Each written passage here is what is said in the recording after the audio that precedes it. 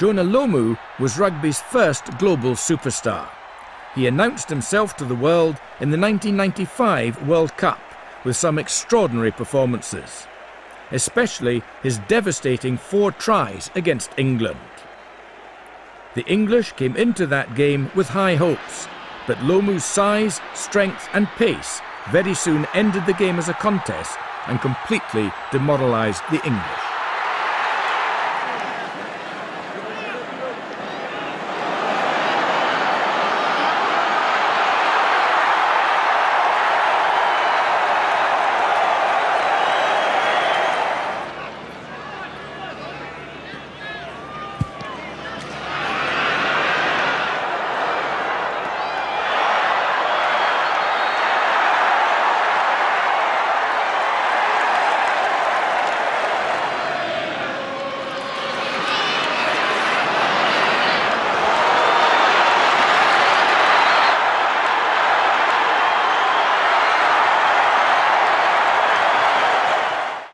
Lomu came from humble origins. He was raised in one of the poorer suburbs of Auckland and began by playing rugby league before switching to union. His height and stature meant that initially he was thought of as a forward until he switched to the backs with extraordinary effect. Michael Jones.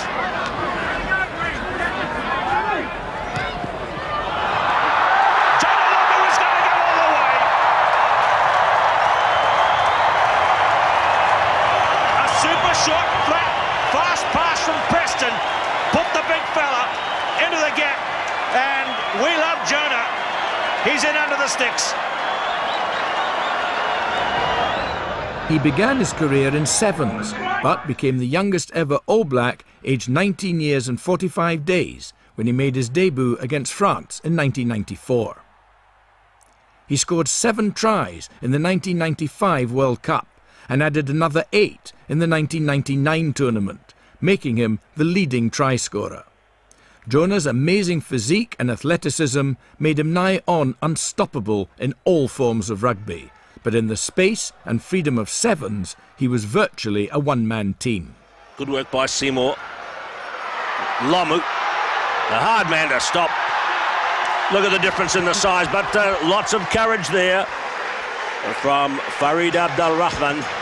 And never has a picture told a better story than this one when Farid Abdulrahman tries to tackle Jonah Lomu. It'll come into picture now. And there's the story. New Zealand v Malaysia. But it's out to Jonah Lomu. We haven't seen him yet.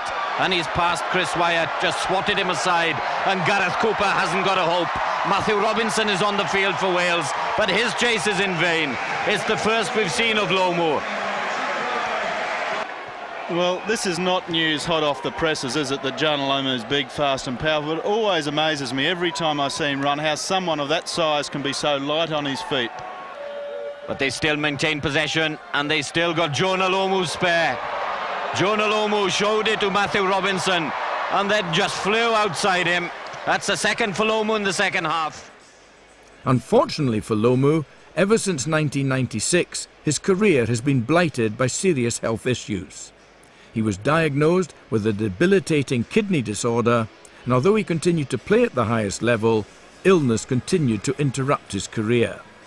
Although he showed glimpses of his old power and pace at the 1999 World Cup, he never truly regained full fitness.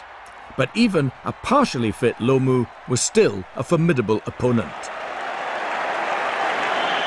Sean Fitzpatrick, the captain, who tells his team before a lot of the test matches, never step back. And that's what they've done today. Lomu. Only Lomu could get a try like that.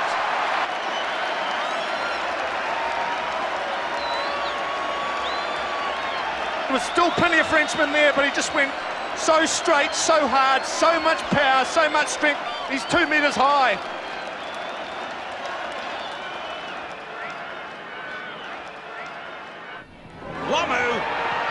Lomu is well and truly back.